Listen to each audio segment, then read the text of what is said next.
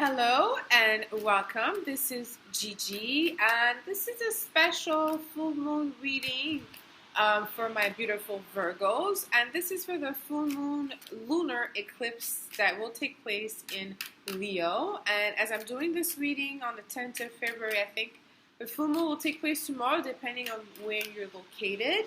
And for you, my Virgos, the Leo, which represent the fifth house in the astrological wheel, for you is in your 12th house, okay?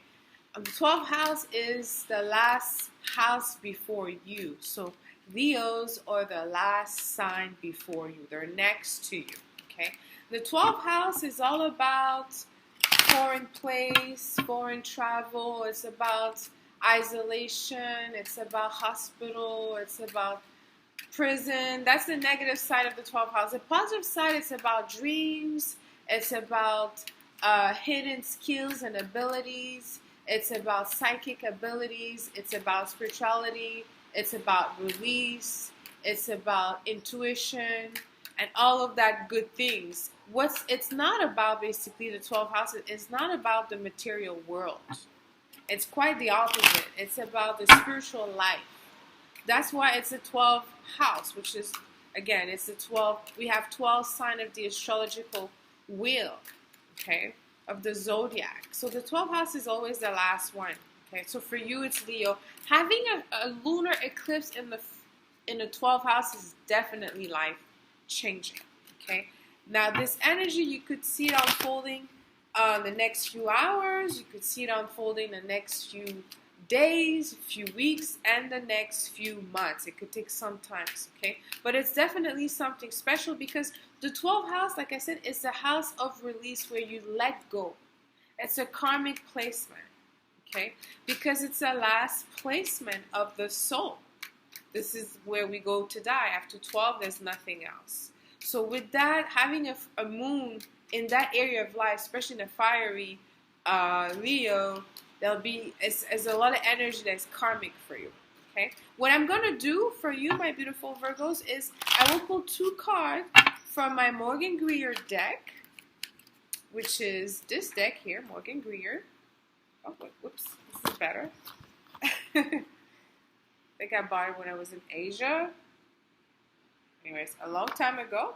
And I will pull then one card from the Wisdom of the House of Nidus Oracle deck to get additional guidance for you, my beautiful Virgo. So let's see what energy the universe wants to tell you, my beautiful Virgos. You have good energy because on top of that, the sun is in Aquarius, and you and Aquarius are great friends. And it's in the 6th house. The 6th house is your house. You're the 6th sign. So there's a lot of familiarity. Whatever will happen, you're expecting it. And I feel that you'll be in control. Okay? Let's see what Spirit has to say for you, my Virgos. So let's pull those two cards. The Three of Swords. Okay? So detachment is inevitable. And like I said, the 12th house is the house of release. It's when things are happening that you don't see. Remember, it's the house behind you. If you look at a clockwise, you look at number 12, you see number 12 is on top. You think it sees everything. No, actually it doesn't. Okay? Number 6 sees everything, but that's another conversation. And so with that, it's a very familiarity thing for you, something that you have to let go. It's an eclipse in your 12th house. 12th house is a house of dreams and illusions. It's a house that actually is controlled by Neptune, okay? That belongs to Pisces. It's also controlled by Jupiter as an inner planet, because Neptune transit takes a long time. So you have a lot of energy where it's all about detaching for something. You're going to have to cut. Like this, look, this heart is like a scissor. You're going to have to take that and cut. There's going to be something you're going to have to let go. That could be your mental energy. Something that you hold dear that you're going to have to let that go. because the sun is in the 6th house. It's where your house is, and where Mercury is exalted, where it's asking to be very, very, very clear in what you foresee in your future, what you foresee in your relationship. Is it things that you have in your head that you have to let go that is blocking you? Is it something you're doing that you haven't seen before that now it's obvious that you have to let go? It will be a very, very truthful moment, and it will bring you so much joy, because I feel that with that, you're going to be like, once you have that clarity, then you'll get the peace of mind. And for some of my Virgos that were not having peace of mind, there's something. See, we're in year number 1. So we're still tired of our last cycle, like from 1 to 9 that we just did. We're still tired of it. We're like, whoo, it was so eventful. Now you have a different perspective, a different goal, a different type of will, a different position in life. And so you're cleaning your closet, okay? And there's a lot of things that you're going to have to let go, okay? Then we have here the Empress. I'm so happy to see this energy. And I know you, for some of my Virgos starting this reading, some of them were like, oh my God, is she talking about this?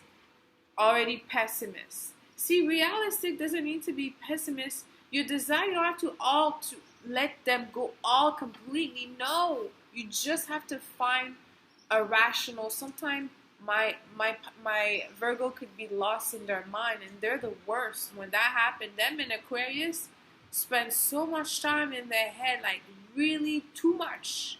You have to allow your journey to take place. You have to trust your journey. Ultimately, you can't really try to see and and then foresee negative, blah, blah, blah. You can't. It doesn't work for you. You're Mercury exalted. Virgo, you should know how to use your mind. You should know that it's no longer about working hard. It's no longer about that. It's how you work. And with the Empress here, the major arcana, she's going to bring you that fertility. This is the universe telling you, okay, now what do you want? Think about it wisely, because the seed will be planted. And be very, very real. Jupiter is in your 2nd house. It's in Libra. That's actually Venus, right? So it's all about attracting things that we like, our desire. It's all about beauty, luxury, and art, culture, and things. It's no longer about, analyzing and discussing and thinking. You're going to have to let go. With Venus, there's an amount of it where pleasure comes with like a certain amount of on restriction, like no restriction. Like you have to try to do that. But with this energy, you're going to learn that. That's what you want. You want this bliss, this pure Mother Nature love connection. Like the Empress, it's either a woman coming your way for those that are single. For those that are not a pregnancy, you could have a pregnancy. And even if you're not in a relationship, you could be meeting someone in the next few months and get pregnant, because you have this amazing fertile energy around you. It's all about you releasing control and really trusting your journey. And the lesson with the full moon in your 12th house, there's a lesson, there's a karmic lesson. It's all about you understanding that we're just being. We're not perfect, and we're going through this experience.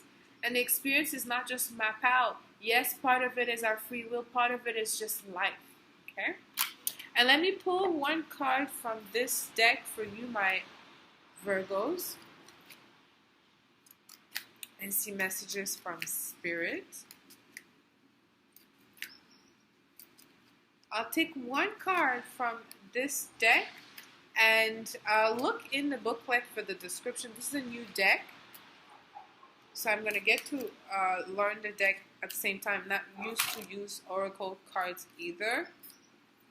Take this one. High Priestess of Fire. High Priestess. Oh, there's another card underneath. And the High Priestess of Air. Okay, so definitely air and fire pushes things to happen. Okay, I'm going to read one of them, just a High Priestess of Fire. This is the first card I pulled. It's card number 5. High Priestess of Fire. This card right here.